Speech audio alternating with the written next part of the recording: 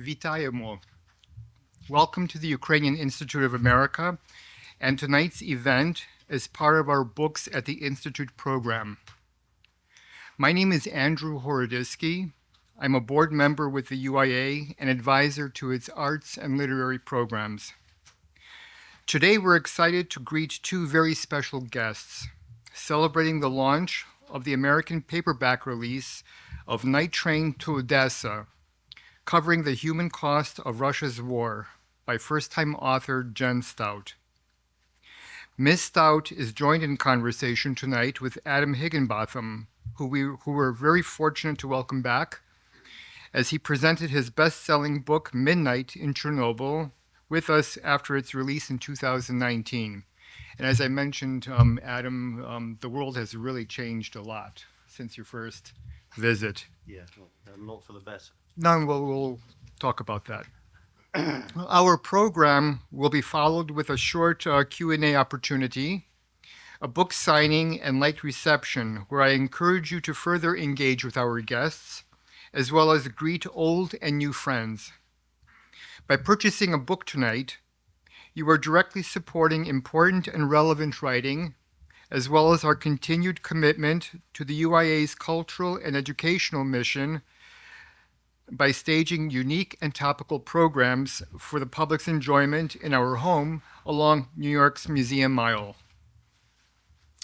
As is our ritual, since the full-scale attack on Ukraine on February 24th, 2022, we begin each of our events at the UIA with remembrance in honor of all of those who have sacrificed their lives, men and women on the battlefield, innocent civilians, mothers, fathers, children, grandparents, so that their fellow citizens can live in a free and sovereign, democratic and prosperous European future. Please stand and join me in a moment of silence.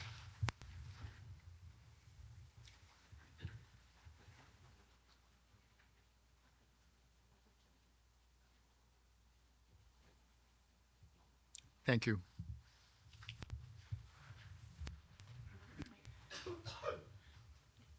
Tonight's guest had the rare privilege to see up close and in person history being made. And with her unique first-person approach to reportage, narration, and storytelling, her calling historical lesson briefs from the distant and recent past, she reckons with the Ukrainian nation's battle for its soul. Jen Stout chronicles the lives of ordinary and extraordinary Ukrainians as they navigate the practical and emotional challenges of daily existence and survival. Some are forced to leave their homes, find temporary shelter, becoming internally displaced. Others remain, striving to preserve a sense of normalcy with determination amid the chaos. Many join the armed forces. Just as many volunteer at great physical risk to support the war effort in any way they can. Tonight you'll hear stories of friends and lovers, local hosts, peer journalists, and occasional travel mates, writers, poets, and musicians, brave and innovative soldiers, all committed to what matters most, living. Through her empathy, unique viewpoint, and sensory-laden craft of writing, augmented by the quiet companionship of her still camera and an eye finely attuned to the emotional immediacy of time and place, meshing the organic and the inanimate, Ms. Stout brings to life the raw, intimate, and deeply human stories from all regions and walks of life.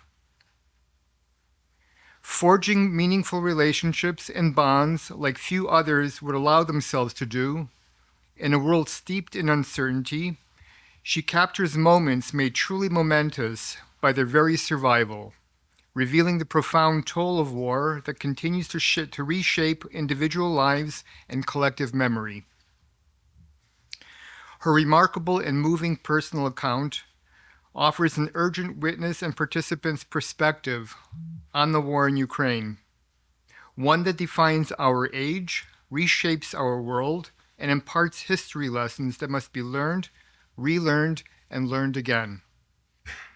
It stands as a brave, vivid, and unflinching portrait of the human condition amid conflict, keeping the Ukrainian spirit and story alive and relevant.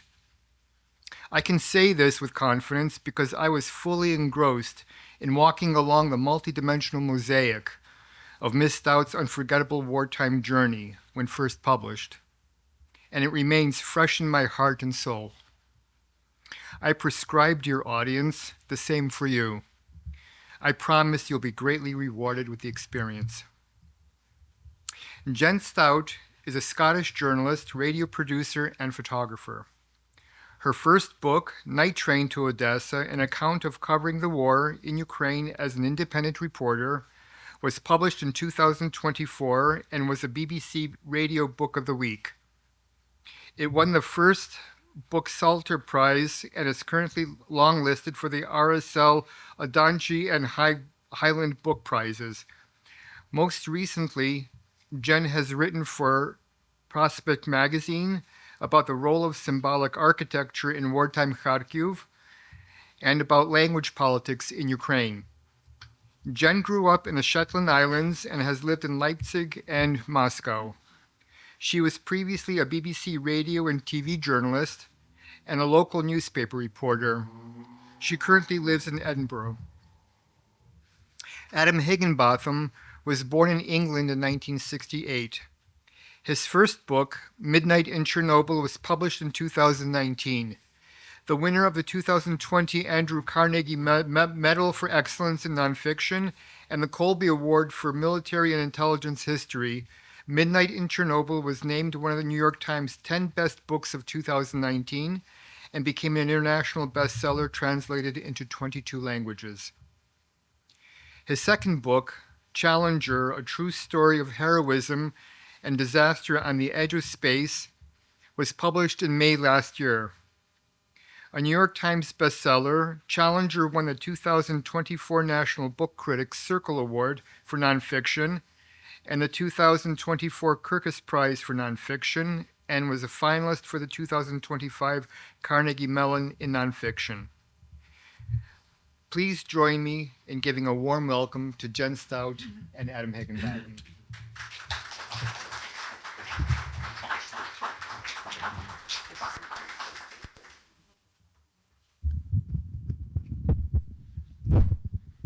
Thank you. Oh, wow. Thank you, Andrew. What an incredible introduction. Thank you so much. I'm going to preface this by telling you all that I have never been to the US before. I've been here for like 24 hours. I'm completely bowled away by everything. And I'm really happy to be here. And I'm really particularly honored to be here in this beautiful building. So thank you so much for coming and for having me.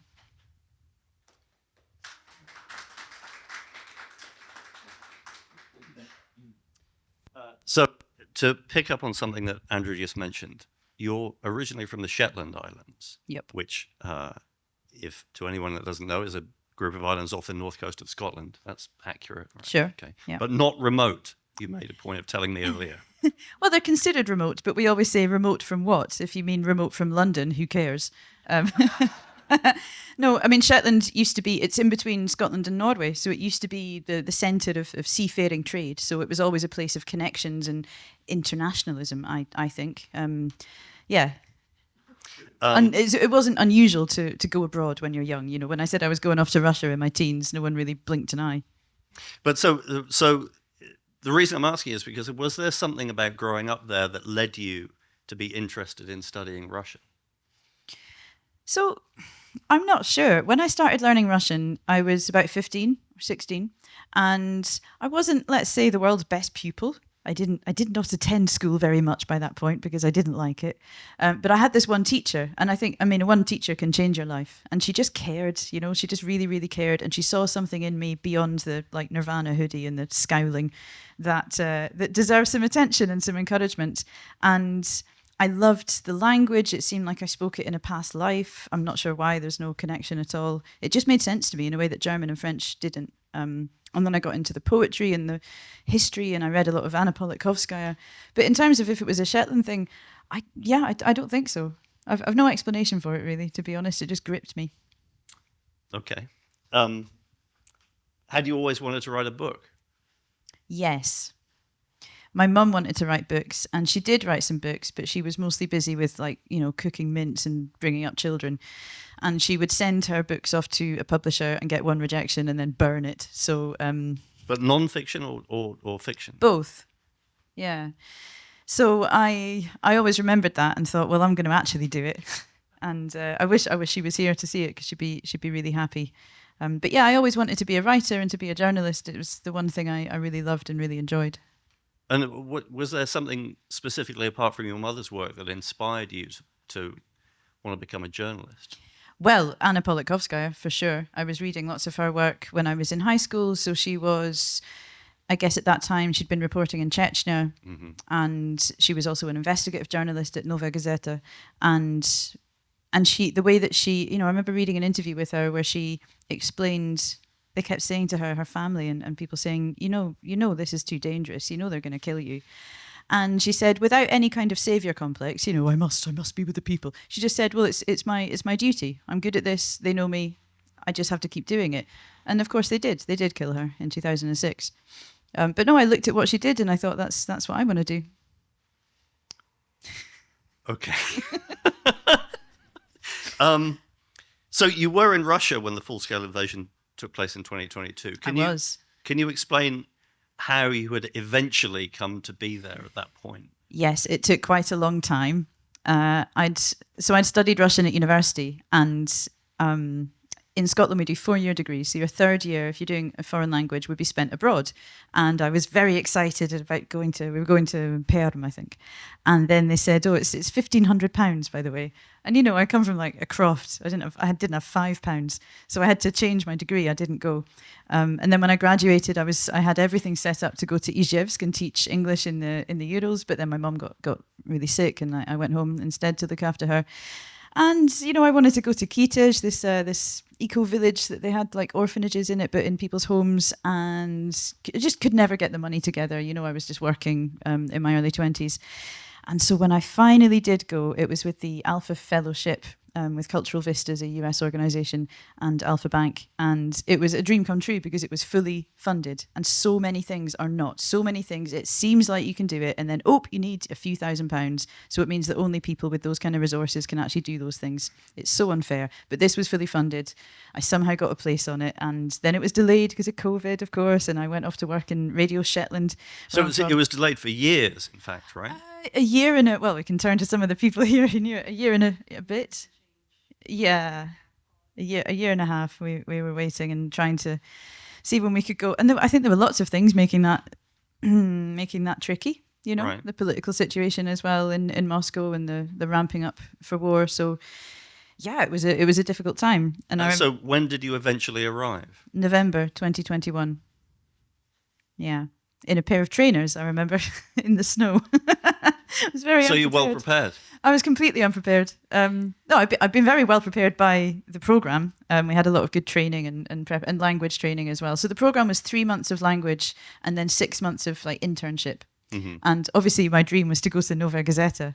But at this point, I think because of the foreign agent stuff, at the time, and still obviously, people didn't really want that much to do with some like Western journalist turning up who used to work for the BBC saying, hello, can I work with you? And I did get Muratov's number, and I think I tried to call him a bunch of times and like stood outside Novaya Gazeta, but to no avail. But that's the closest you got? That's the closest I got. I was gonna work at Moscow Times, right. Like a lot of people do. And then it was just about at the end of that language period, and we were going to do the internship, and then it was the 24th of February. And we were actually in Siberia at the time, in Gorno-Altaysk. Just as we got off the plane, I remember like onto the tarmac, or was there even, in Gorno-Altaysk, like completely surrounded by snow and white and white everything. I'll never forget this moment. And we all turn on our phones, and it had been like an overnight flight from Moscow, so really tired, and just reading the news, I remember feeling like glued to the spot, standing in the middle of all this kind of white expanse and landscape, and reading messages from my friends in Kharkiv saying, Jen, they're dropping bombs on us, from planes right in the center of Kharkiv, and just it took me minutes to realize what that really meant, because we'd all thought, oh, they won't really do that. Right. Well, that's one thing I was going to ask you is that I got the sense that a lot of people in Ukraine didn't believe it was really going to happen. Sure. People here certainly didn't believe it was really going to happen, no matter what forecasts U.S. intelligence had provided. But was that also the case in Russia with the people that you spoke to at the time? Yeah.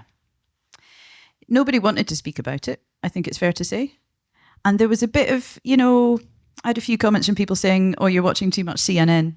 Right. There was this idea, and you would hear it in the UK as well, that the whole, when the UK and US intelligence, they were doing that unprecedented thing of just leaking what they knew and saying, we know what you're going to do. And a lot of people were saying, oh, they're stirring things up, because Russia wouldn't be stupid enough to actually fully invade Ukraine. In retrospect, what the hell did we think they were doing with 120,000 troops right on the border? Do you know, it was so naive, I think. I feel like I was so naive about that. I had friends in Kharkiv who, by the way, absolutely knew what was coming, right, but refused to leave. But no, in general, I think we all got it wrong. But even people in Russia got it wrong. That's what I was... Or they were just in denial. In denial, right? Yeah. In massive, massive, psychologically twisted denial. Yeah. Yeah. What's the closest you'd come to war reporting before you entered Ukraine? Reading Martha Gellhorn. I mean, I read a lot of Martha Gellhorn. Yeah, I've read a lot of Martha Gellhorn too, but there's an amazing collection of her letters. It's like this huge tome, and my friend gave me it years ago, and I was reading it, and in it she describes she working on a local paper, like somewhere around near here, and she's quite young, and she's writing to her friend saying, oh, I'm so sick of doing these local reports. I just want to be in Moscow. And I read this thinking, oh my God, because I worked on a local paper as well and was always trying to get away. Yeah, she really inspired me. I loved the way that she wrote without judgment of people. Just beautifully straight to the point. So how did you prepare yourself for it? If that's the beyond reading. Yes, beyond reading about World War II. Well, okay, so I had these. We left and we got to Vienna, and I thought, where do I want to go? I didn't want to go home. That would have been gutting. And I really wanted to go to Ukraine. I'd been there before. I had friends there, but I didn't want to just wade in. We should clarify that you're in Russia, yeah, and you realize that you have to leave. Yeah. And so then the option is to go home, yeah, or not. Or not.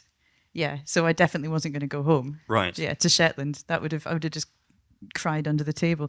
No, I thought I'd always wanted to do the kind of reporting, whether it's conflict or not, but the kind of reporting where you are right in the middle of things, right? As if you're like just a conduit and you jump into the middle of everything and go with the flow and talk to everybody and try and soak it up and then relay it to everybody as beautifully as you can to make them feel like they're there.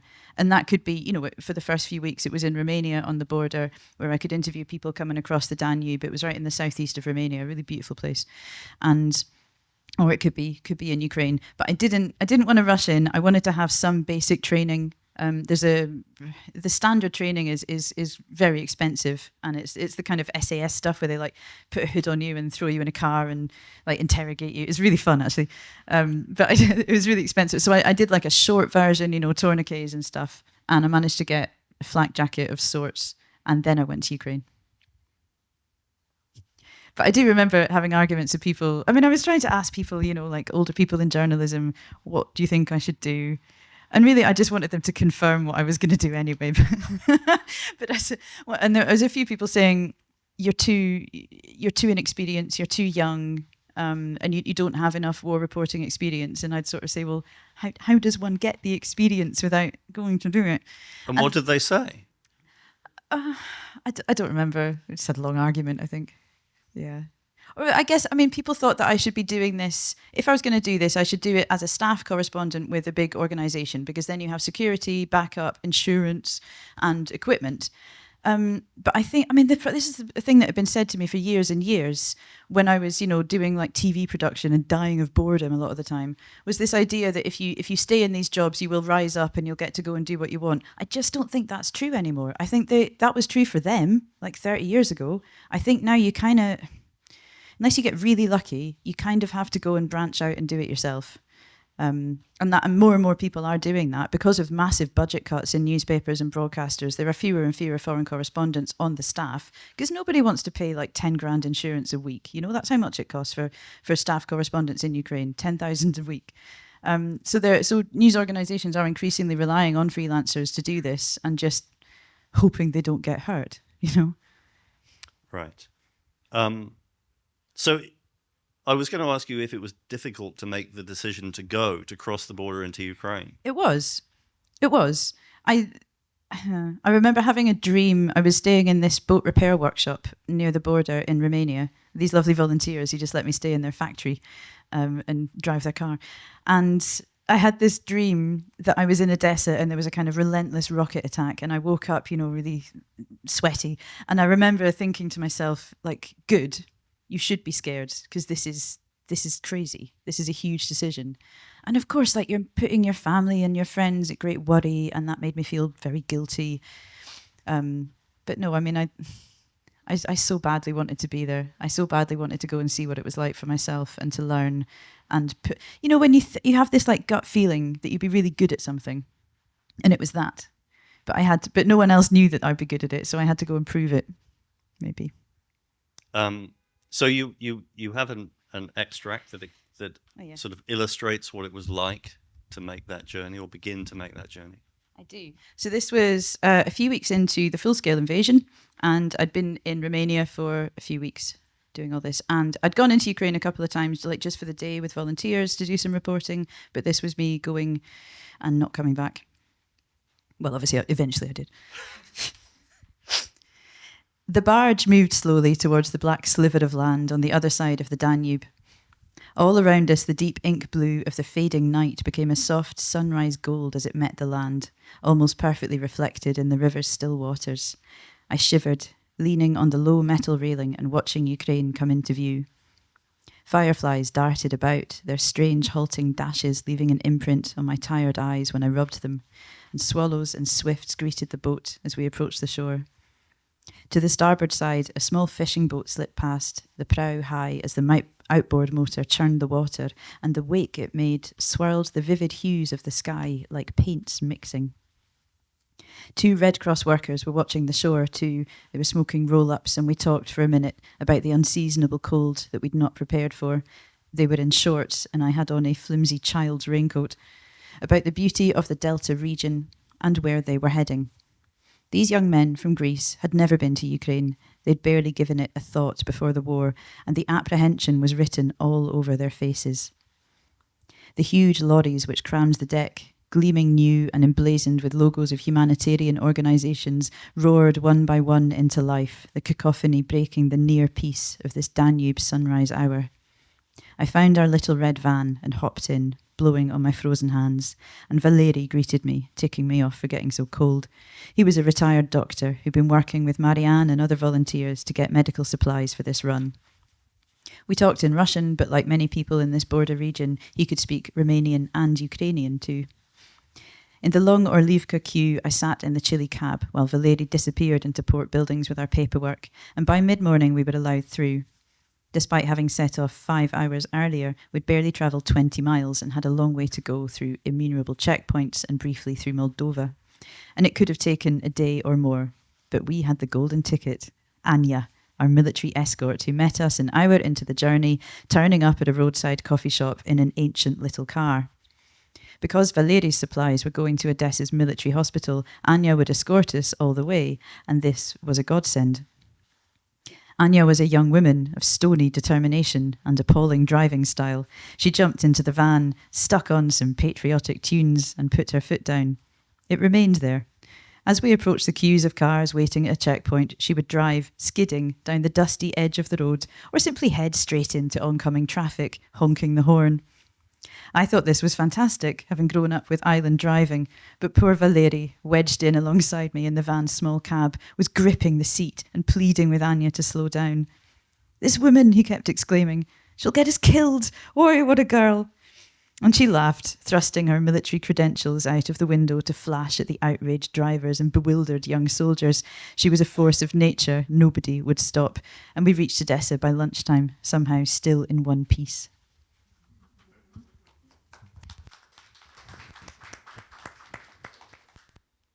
So you eventually made your way through Odessa to Kharkiv, which by then had been under aerial bombardment for months.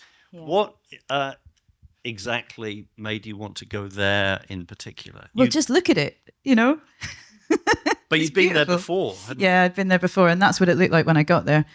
Oh man, what a city. Like, it's got so many layers of architectural styles. It's like so many layers of history piled into one city centre. And it's got this real feeling of like ideas mixing, because it's got so many universities and industry. And Kharkiv is just a place that set me alight. Like when I first went sort of 6 years before, and I had friends there, and they were baking bread and delivering it to people and getting supplies in, and just fighting, and keeping going. And I so wanted to be there.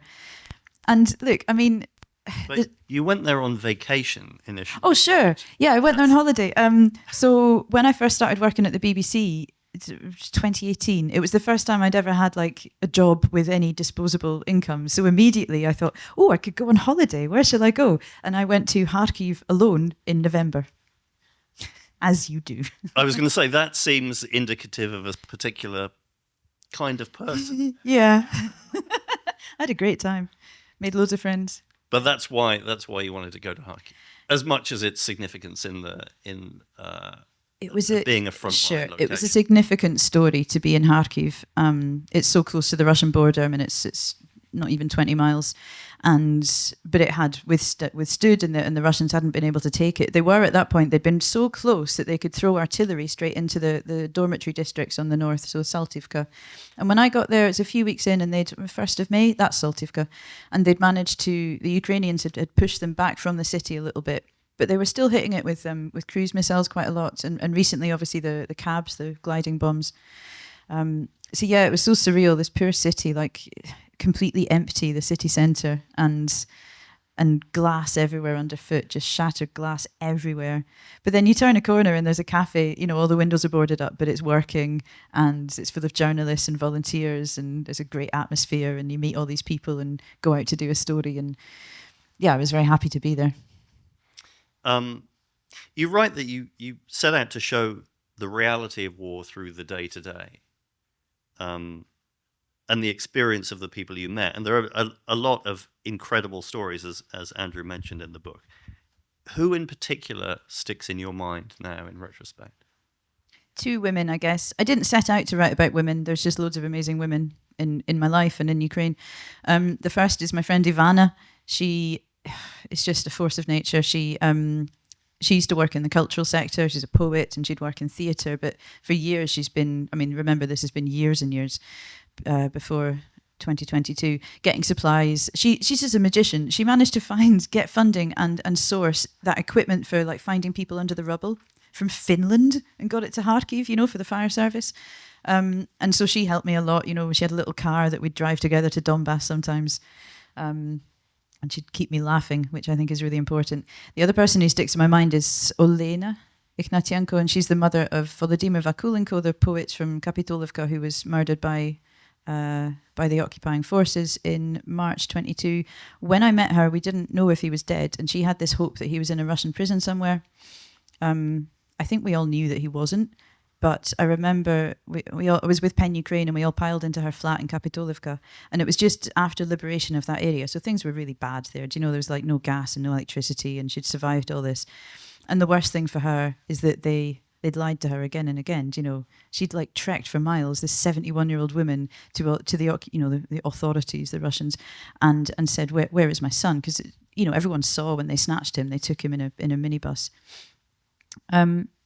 And she said one thing that's so stuck with me, that this Russian commander, was looking at her, but he wasn't looking at her. He was looking just behind her. He wouldn't actually look her in the eyes, as he said, "We've no information. We're looking." And this woman was not believed. She was not listened to. And so I think it was so important for her to tell this story. And she was so kind, right? She was such a lovely, motherly woman.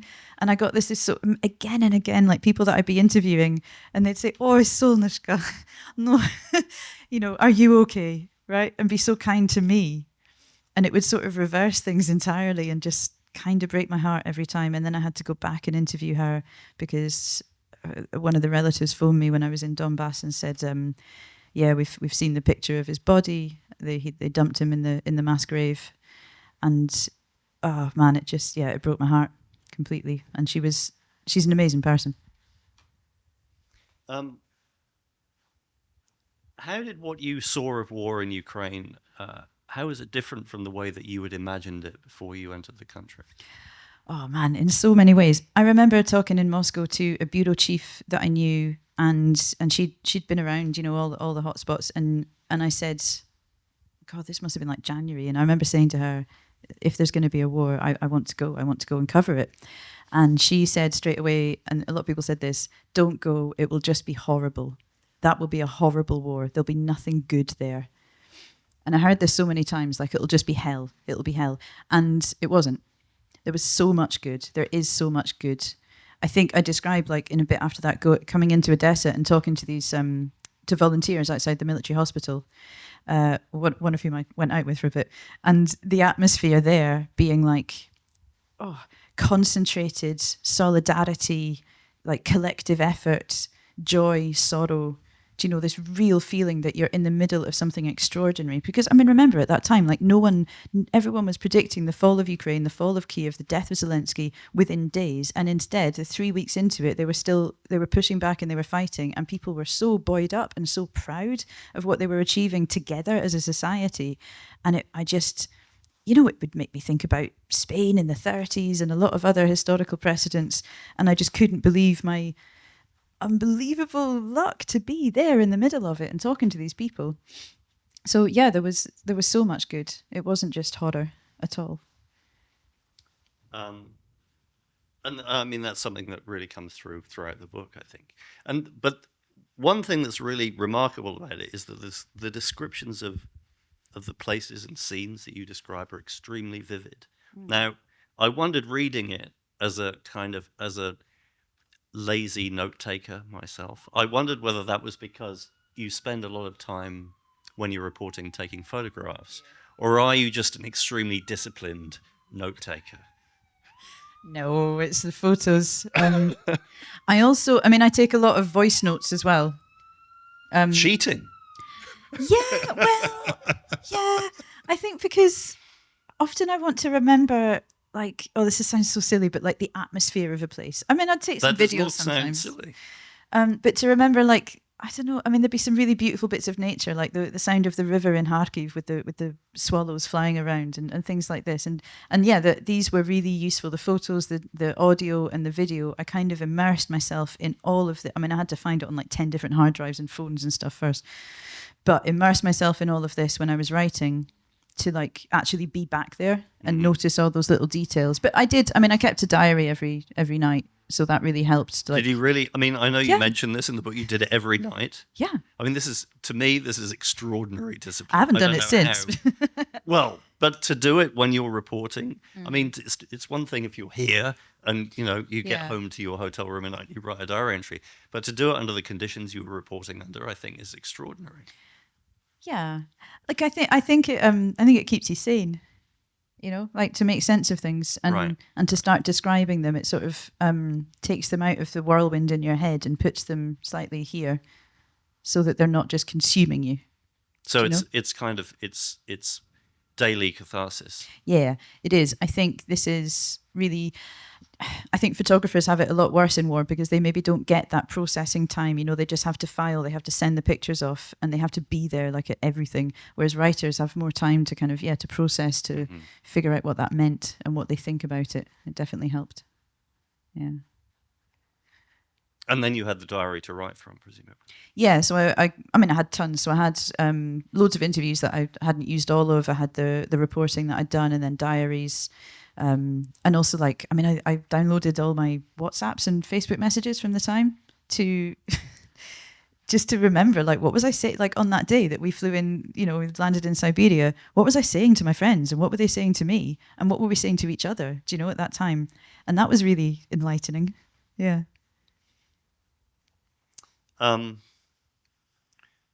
You have a fascination with trains. Yeah, who doesn't? Trains are cool, man. But you do explain that this is partly, you think, because you grew up in Shetland where there are no trains. Yeah. But they do play a large part in the story, and your second reading kind of illustrates that, I think. Yeah, God bless Ukrzalyznica, because to be able to get around that very, very large country for not much money at all, and especially when you come from the UK, our trains are terrible.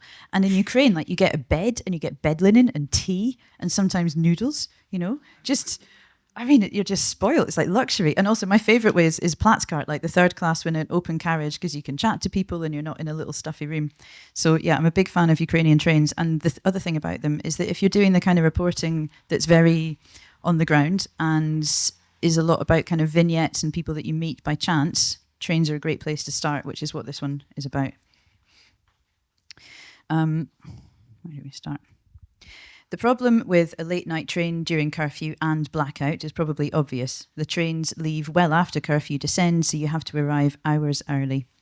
I'd enjoyed the sunset outside Kharkiv's magnificent train station, its 2 towers and tall columns, the perfect stage for a flight of swallows playing in the evening light.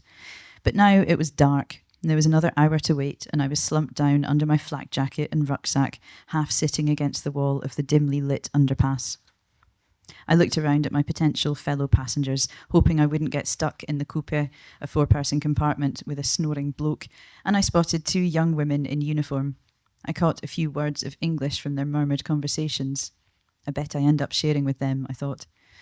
In the scrum down the tunnel, I lost them, but sure enough, they reappeared in my compartment.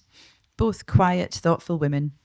I had the last of a plastic bottle of cherry liqueur someone had given me and shared out the dregs. One was nicknamed Kasia, and she revealed cautiously that she was Belarusian. The way she talked about her role in this fight was poignant.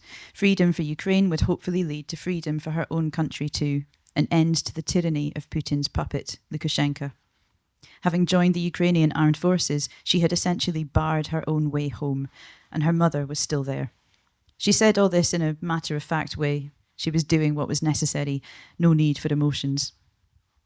Lev, meanwhile, was Canadian. No one could mistake that accent, but I was staggered to hear how she'd got here.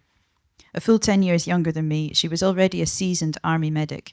At home in Canada years ago, she'd read about the Kurdish fight in Rojava, northern Syria, and about the feminist left-wing revolution taking place there under threat from ISIS. It said you could donate, or better, you could go and help as a medic, she recalled. And I was like, that's great, because I don't have any money. I guess I'll just go there. And she laughed. Lev had spent years in that grim fight against Islamic State, years which I could not imagine and which she didn't go into. When the war in Ukraine really kicked off, she said it was a natural choice to come and volunteer. She believed in the cause and they had the skills she needed. The 2 women had been paired up because Kasia could translate, and you could tell they'd been spending all their time together under intense pressure. There was an invisible piece of string between them. I watched them from the opposite bunk during a lull in conversation. They were communicating without words. That kind of bond, that kind of closeness is hard won.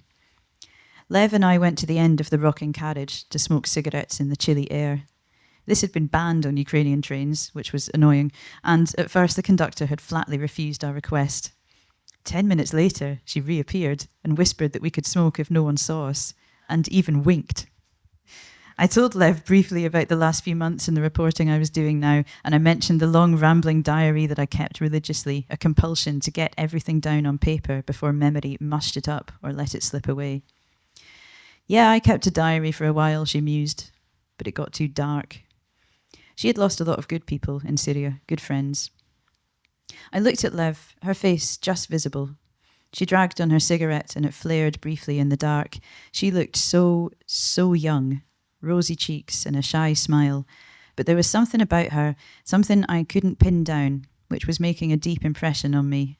A stillness at her centre, a quiet certainty. I was thinking how embarrassingly awestruck I was by this person when she turned to me and said, "It's so brave what you're doing." I was completely taken aback. What I'm doing? Are you serious? You're a frontline medic and it's not even your own country. And she just smiled back, Buddha-like, and nodding slowly.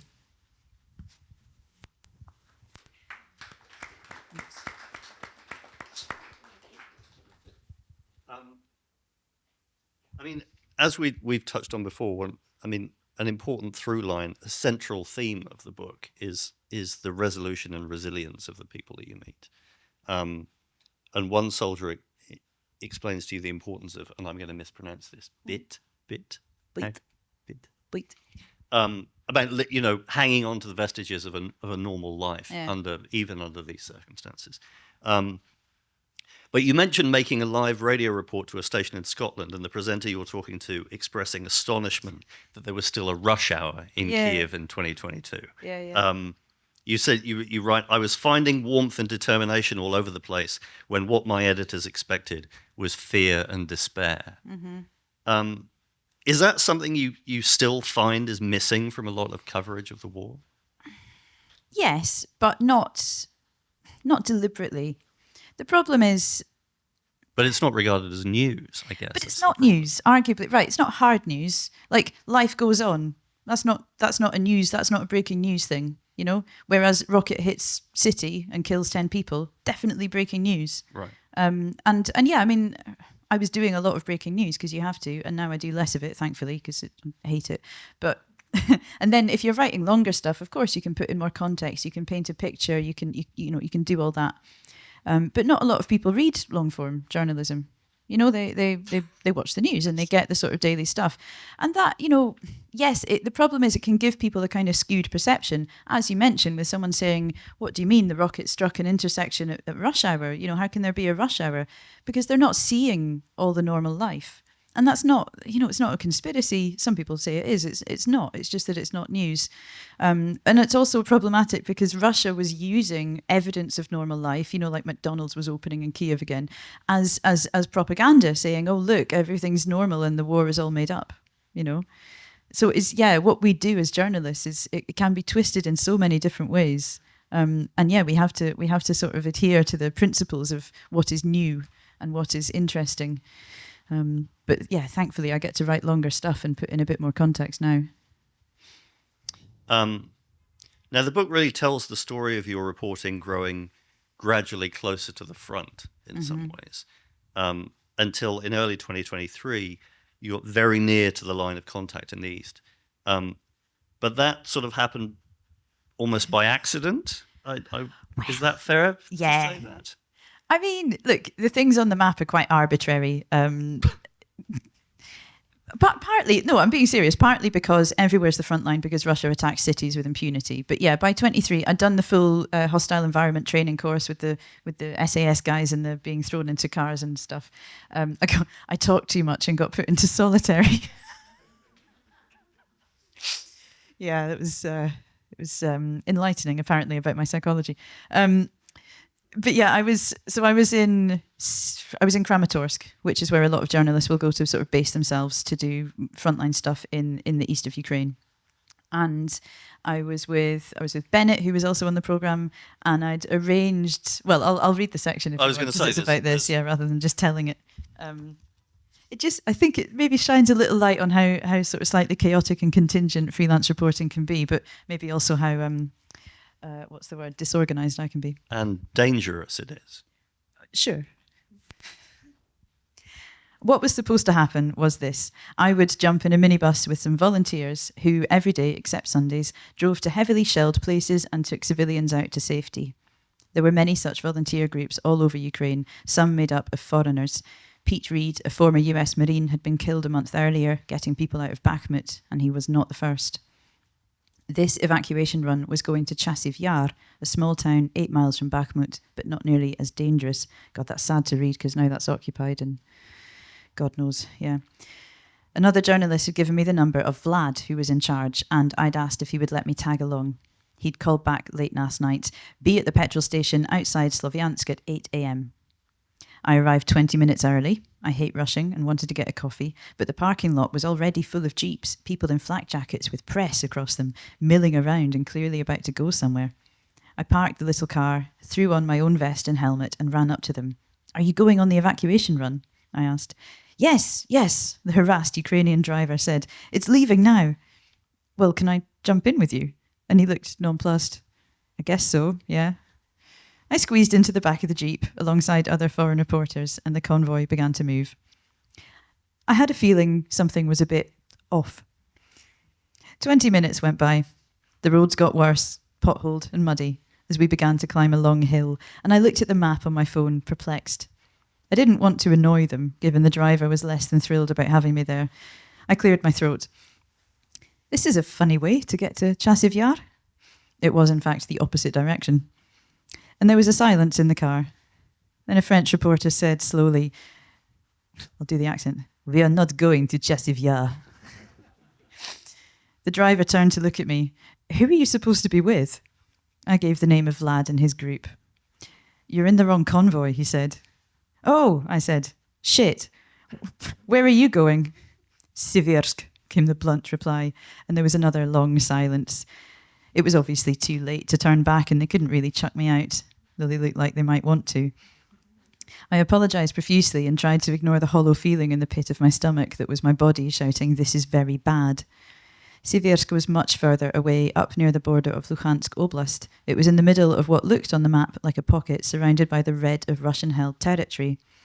I had persuaded an editor to take a story from Chassivjar on the basis that it was coloured green on the insurance company's risk map, indicating my policy, such as it was still valid there. Siversk was very firmly in the red zone, though to be fair the map was pretty arbitrary and shells were hitting both towns regularly. Worse was that I was a distinctly unwanted passenger, and the volunteer organisation running the trip apparently didn't like random lone reporters turning up. "The press officer will need to speak to you when we get to Siversk," the driver said tersely. "He's going to be pissed off." I agreed this seemed likely and understandable, and then kept quiet for a while as the jeep thudded and lurched through mud-filled craters and we crawled higher into the chalk hills. I'll skip a little bit to the end of this. We interviewed people in Siversk who were evacuating, and then we found the hospital. So the hospital was still open. It was a normal provincial hospital with a few wards, a long building with trees all around it. Some craters we passed in the hospital grounds looked fresh. The earth was black where it had been blown up. At the main door, on a bench in the sun, a little row of old ladies sat wrapped up in shawls and coats. They didn't seem to be patients, but just as I was introducing myself, it came, that menacing whistle, high-pitched and descending, and the first bang. "Prilyot," a man's voice shouted. "Prilyot, prilyot." This means roughly arrival by air, so incoming.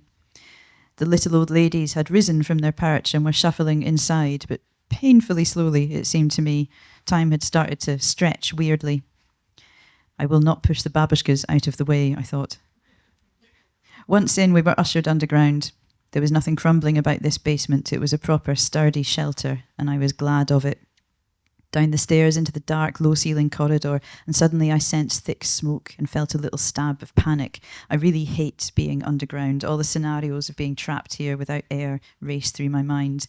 But then I noticed it was a pleasant smoke, like wood smoke, rich with fuzzy childhood nostalgia. When we passed a little room, I saw the big old boiler and the janitor adding wood to a furnace. No wonder all these elderly people were sheltering here. It was safe and warm. There had been no mains gas in Siversk since the invasion began. Down a long corridor packed with supplies, bottles of water, food and medicines, it was clear the remaining staff were sleeping here from the toiletries and basins of water next to camping beds. I talked to a woman sitting on one of the beds, a nurse. She didn't want to be quoted. She apologised but said they'd had rather a lot of foreign journalists. I could well imagine. At the end of the corridor, next to a pile of coats, a tiny old woman was waiting out the strike. I took her picture, and she told me not to, so I apologised and put the camera away, but the other foreign journalist began filming her, his camera hovering inches from her face. "I think she's had enough of it," I said, to no avail. And I felt a bit sick with the whole thing, us descending like vultures on this picked-over place, recording their misery and then leaving. Thanks.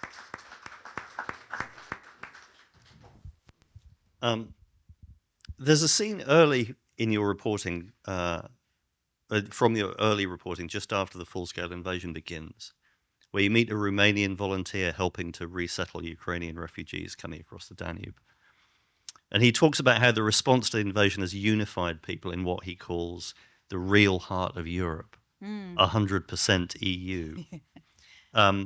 And then later, one of the soldiers you speak to is very clear that he feels that he and other Ukrainians are defending all of Europe, he says.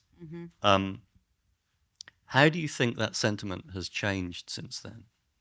Well, they still believe it. They're just hoping that Europe understands that. Right, but so within Ukraine and the surrounding territories, that is still felt as keenly as it was back then. I think so, but with a bit more cynicism, maybe. You know, the promises came thick and fast, and they never really were fully delivered on. And the situation they're in now, you know, with what's happened here, puts even more emphasis on it's down to Europe to sort that out. But no, I remember, so there's a journalist who's now a soldier called Pavlo Kozarin, and he made a speech. It was like a video from the front lines at Lviv Book Forum in, I think, late 22. And it was an incredible speech. And he said, what is Europe? Is it just geography? Is it just the standard of living? Or is it, you know, a people and a culture who can learn from the past and stop it happening again? And I think that's the really big question. Yeah. Right. To answer your question. That does answer my Okay. question. And I think we're at our time. Okay. So should we take some questions? Yes, let's take some questions. Yeah.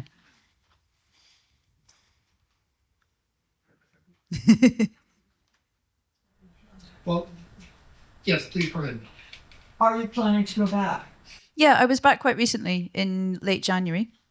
It was actually at the time of the inauguration of the new president. It was funny because I when I was leaving, everyone in the UK was saying, "Oh my God, what's going to happen in Ukraine when you're there?" Oh, and I got to Kharkiv, and no one talked about him for the whole week I was there. We were busy with poetry and theatre and art exhibitions, you know, in amazing Kharkiv, where that's what they do. So, yeah, it was a really interesting trip. Really grim. Like, people are tired. People are really, really tired. And you can't, like, the kind of giddy hope that existed at first, like, that can't last for that long because it's exhausting, actually. But they're not, you know, no one's proposing that they give up that I ever talked to. Yeah. Oh, I'll hope to go back soon. Not in the summer because it's too hot for me. So I have a question. You alluded to this a little, I think, at the beginning. And I'm not sure how much time you subsequently spent in Russia, but I'm interested in your sense of what the Russian people's perception is of what's happening. It's really hard to know because opinion polls aren't reliable. People can't answer questions freely. They're scared, obviously, in Russia. My friends in Russia have left, and they are thoroughly against the war. They live with a kind of guilt and shame that is crippling. And those who remained, I have struggled to remain friends with. And I did try. You know, I tried to keep, like, communication. But it was like, and this happened even when I was in Russia, when you're talking to someone and they're just repeating lines from the TV. And I would say, no, but please tell me in your own words what you think. And they just couldn't or wouldn't. They were so swallowed up with this stuff. And it's a really heady mix of, like, victimhood, martyrdom, we never do anything wrong, we saved the world from Hitler, and now we're doing it again. I mean, it's nuts, but it's been pummeled into them for so long. And the victimhood is very real. I mean, there's a lot of, like, humiliation from the 1990s and what was done to Russia then, and the terrible poverty that people endured. A lot of that is still very fresh in the minds, and they want to feel great again.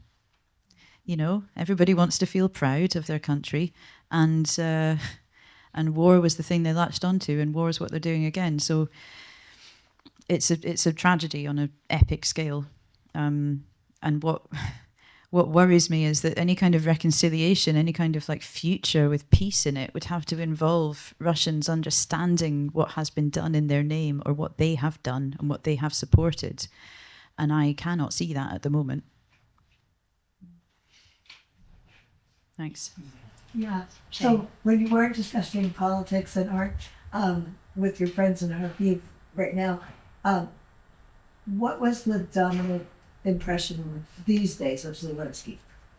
Oh, it's pretty favourable, to be honest. Yeah, I mean, it's funny. Some people, like, you know, they're not idiots. They have their critiques of him. But a lot of people said to me after that, what should we call it, Oval Office spectacle, that it was the first time they, like, felt really proud of him.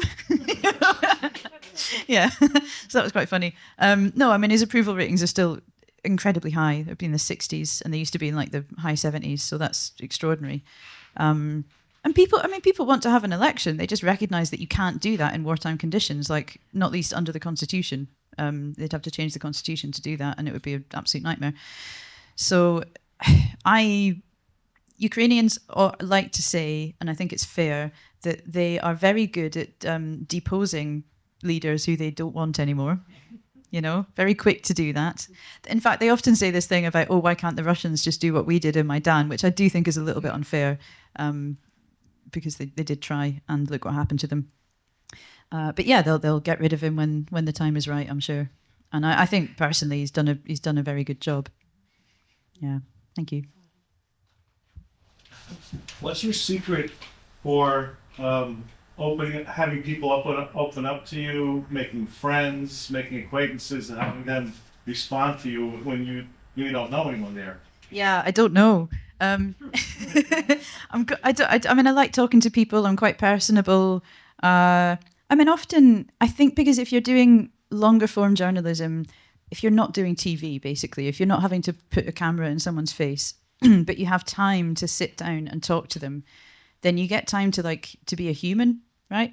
And people would often ask me, well, in some version of, what the hell are you doing here? And then I could tell them about where I come from, and everyone's always interested in I come from the smallest inhabited island in Scotland. They want to know about that. And you give a little bit of yourself, right? And just get to behave almost like, you're both there for various reasons and you're just getting on with life as best you can. There was a massive element of solidarity and commonality between people, which I liked because it made it feel less kind of exploitative, here I am, the journalist here to take your words. And it's partly that's what my discomfort with that is why I'm not, a photojournalist exclusively, because I can't take people's picture often when they're really upset, when it's the worst day of their lives. It kind of chips my soul away a bit too much. Yeah. Where do you stay? You are an independent journalist, so you're not being paid by some organization. Did you stay in people's houses, or did you stay in hotels? Yeah, I stayed in a large variety of hostelries. Sometimes I used Airbnb, which I don't like, but it was useful because it's cheap and you get a flat for a studio or something. For if you're there for longer, or a hostel, or occasionally a hotel. And with friends, sofas, quite a lot of sofas. Wait, at the risk of sounding like the Scottish TV presenter, Airbnb works in Ukraine? Yeah, but so one of the things, people were expressing solidarity with Ukrainians in the beginning by booking out their Airbnbs, but not actually going there. Which is lovely, but super annoying if you're actually trying to use it. Because you'd be looking at, not because it was booked up anymore, but you'd be looking at the reviews to see if it was crap or not. And all the reviews were just people being like, we're definitely going to come and visit when the war's over. No, they're not. Oh, Slava Ukraini. And you're like, yeah, this is lovely, but I want to know what the bathroom's like.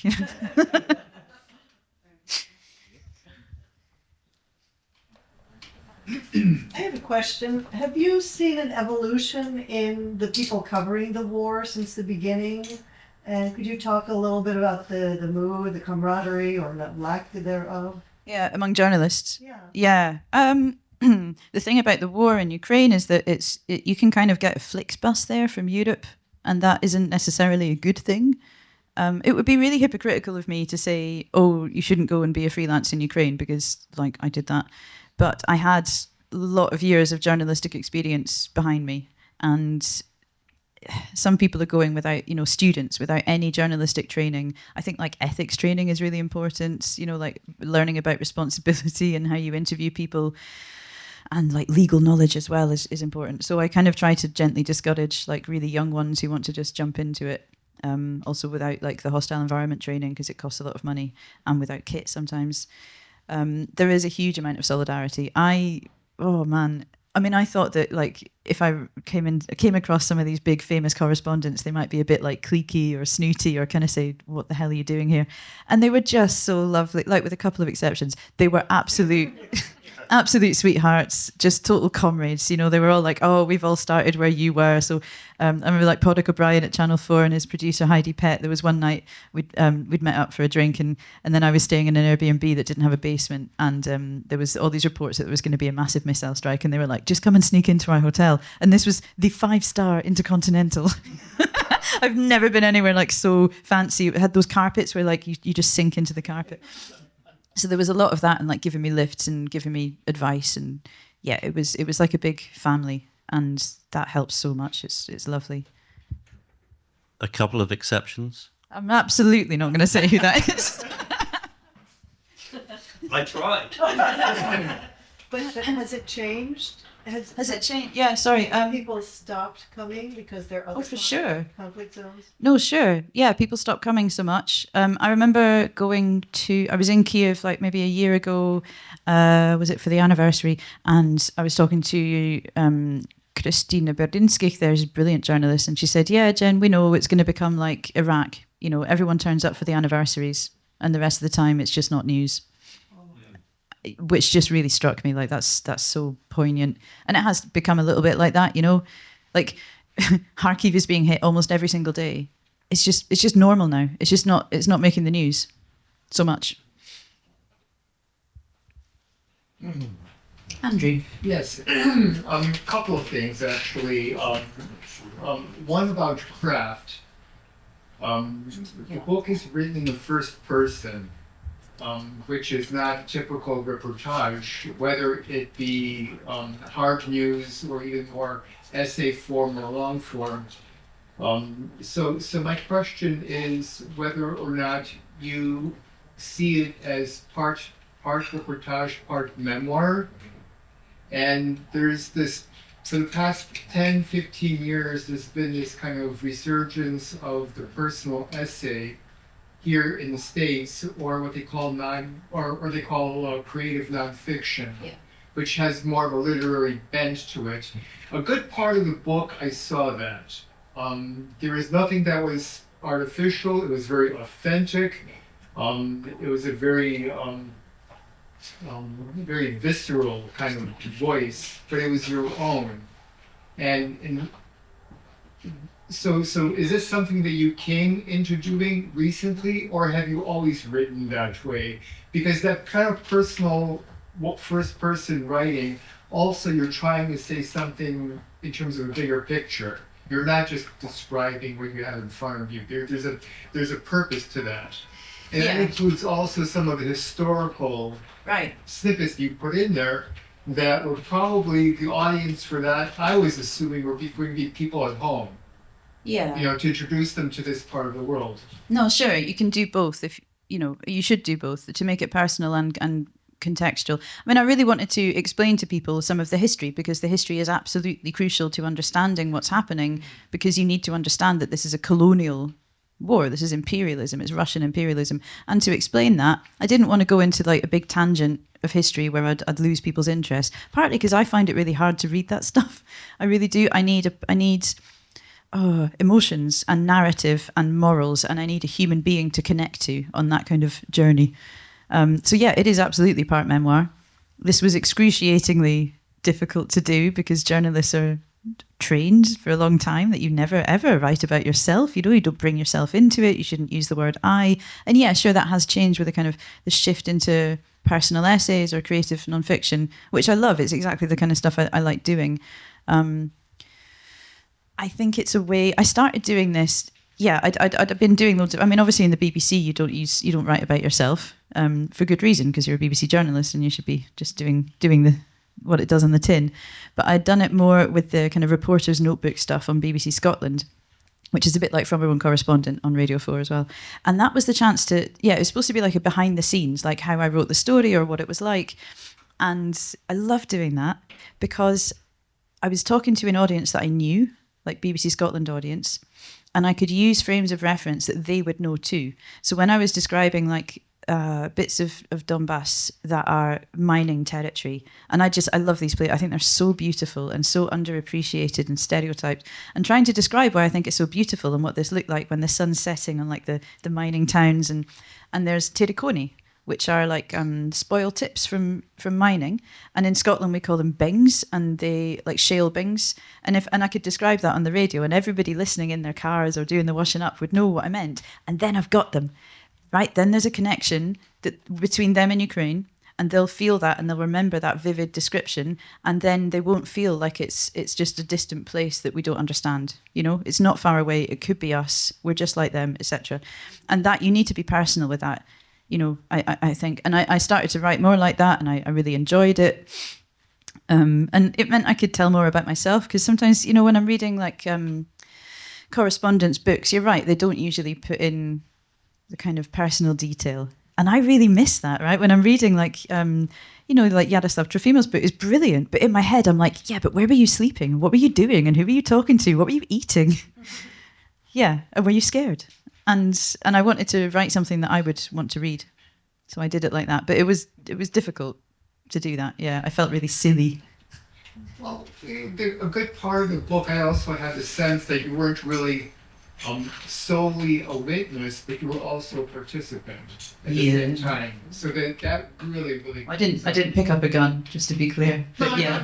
But what I'm saying is that you became part of them as well. Sure. At the same time.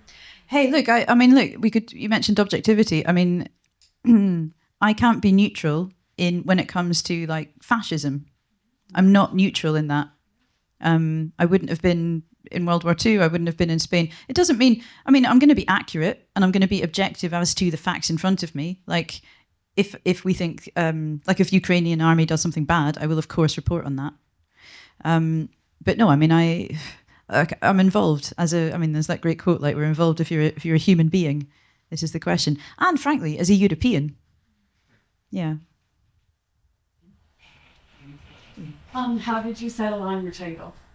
My agent chose it for me. I'd love to say that I came up with that, but I'm like most journalists. Actually, I'm rubbish at writing headlines.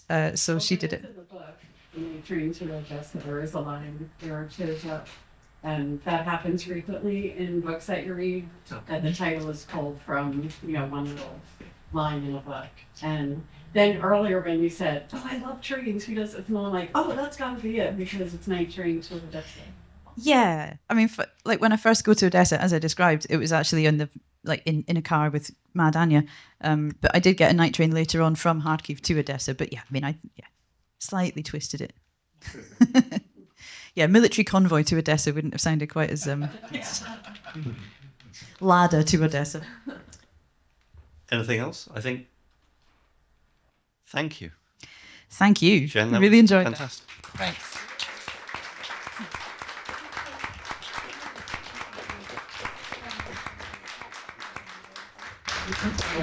I hope each of you has the opportunity to purchase a book from Jen. As I stated before, if you haven't read it, you're in for an experience. This is not typical journalism that we know of. It's really a story. It's a story of her journey. It's a story of a people. And it's a very diverse kind of people that come from all walks of life, really living under very severe circumstances. And it's about life and about living as well. It's a very beautifully written book, so I encourage you to read it. Right here with me. But again, thank you so much for coming. It's because of people like you that our programs can exist and flourish. So thank you, Jen, and thank you, Adam. Yes, thank you.